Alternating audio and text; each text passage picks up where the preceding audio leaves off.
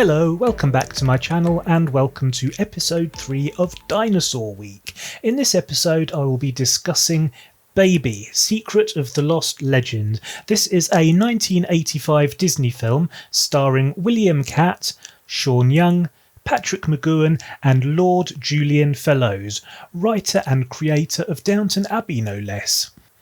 The story is as follows. During an expedition in Central Africa, paleontologist Sean Young and her husband William Katt attempt to track a local monster that's been terrorising the villagers.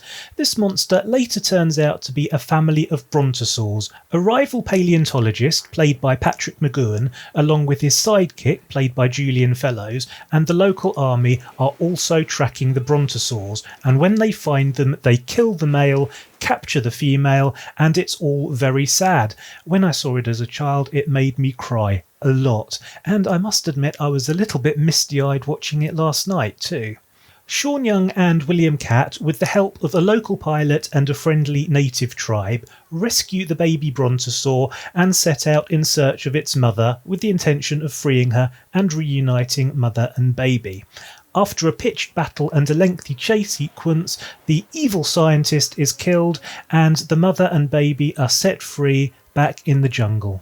It's a simple story and an emotional one. When I first saw it at the age of 10 or 11, I cried my eyes out, and with good reason. It has echoes of Bambi, and of course later The Lion King. In all of these films, Disney films, a parent dies and the child has to then deal with the consequences, and it's very, very sad. It's deliberately, manipulatively tugging at a child's heartstrings, making them question what would happen if I was to lose my mummy or my daddy. As an adult viewer, of course, it makes you very angry. Patrick McGoohan's character is a scientist. He's supposed to love these animals. He's supposed to care about them. He's certainly supposed to respect them. What he's not supposed to do is exploit them and kill them. And no one plays villains like Patrick McGoohan. Let's not forget, he was Richard the Longshanks, the evil king in Braveheart. He was the evil prison warder in Escape from Alcatraz, and he was the evil judge in A Time to Kill. Patrick McGoohan does a good line in Baddies. At this point in the proceedings, I would like to discuss breasts, boobies, and mammaries. Titties. There are lots of them in this film, a surprising number, especially considering that it's a Disney film and it has a PG rating. I'm very impressed by this. I like the fact that there are lots of tits in this film and no one seems to be bothered about it.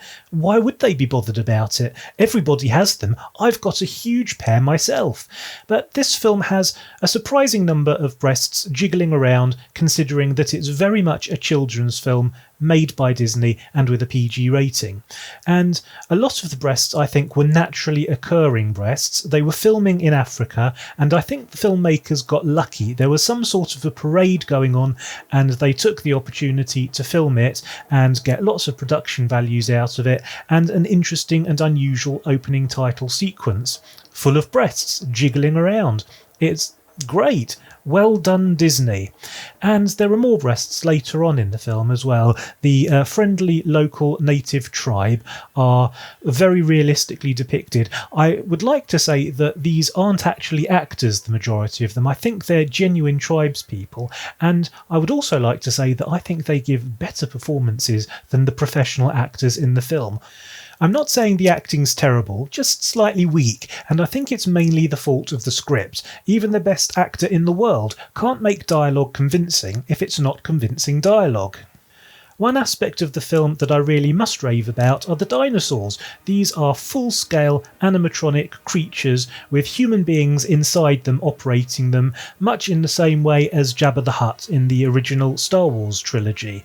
They have radio-controlled components as well, like the eyes and the nostrils, and they act, they emote, and of course because they're actually there live on set, they are physically able to interact with the human actors and the human actors are able to interact with them, giving much more emotional depth to the performances on both sides. They integrate into the scenes seamlessly. They don't look realistic, but they don't look as fake as stop motion and they don't look as fake as miniature glove puppet dinosaurs. In a way, this is probably the best method for filming dinosaurs. The technology didn't exist at the time to do dinosaurs as good as the animatronic ones in the Jurassic Park films, but it was heading in the right direction. These are surprisingly convincing dinosaurs. Of course, they don't look realistic at all, but within the context of what we're dealing with, these are surprisingly realistic dinosaurs. Much better than stop motion, much better than glove puppets, and they give emotional depth. They are able to give realistic, nuanced performances for themselves and for the human actors that they interact with. And one really impressive component of these animatronic dinosaurs is that they work in water. They're submerged a lot of the time in this film. They have swimming scenes, they have splashing around bathing scenes, and they have fully submerged underwater scenes. And they seem to have worked a lot better than Bruce, the great white turd, in Jaws. So obviously animatronic technology had advanced considerably since Jaws was made, but it hadn't quite advanced to the stage that it would with Stan Winston and his animatronic genius dinosaurs in the Jurassic Park films. One thing about the film that I really didn't like was the music, and that surprised me because it was written and conducted by Jerry Goldsmith, legendary Hollywood maestro, and yet as I was watching the film I kept being distracted by the music and wondering if Goldsmith had even seen the film when he composed the score, or if he'd just read the script and composed some generic dinosaur music which he then tried to fit with the images when they became available. So I was particularly surprised to read in preparation for this review that Goldsmith actually loved his score for the film so much that he insisted on it being included in a tribute album years later. Overall, this film was much better than I remembered.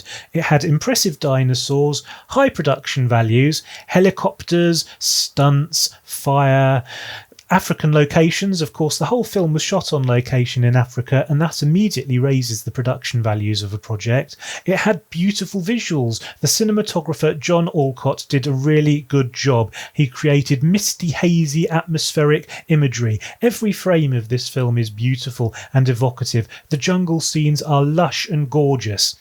And because the film was both moving and enraging, I was genuinely emotionally invested. I cared about the characters, and I really, really cared about the dinosaurs. Long after the film finished, I was still worrying about them, hoping they were okay.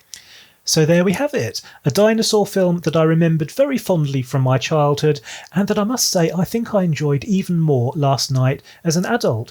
It's a very good film, surprisingly. There's nothing bad about this film really, and I think that's a good note to end it on. So I hope you enjoyed it. If you did, you know what to do. Please hit the subscribe button, hit the like button, drop me a comment, and I will see you in the next video. See you later.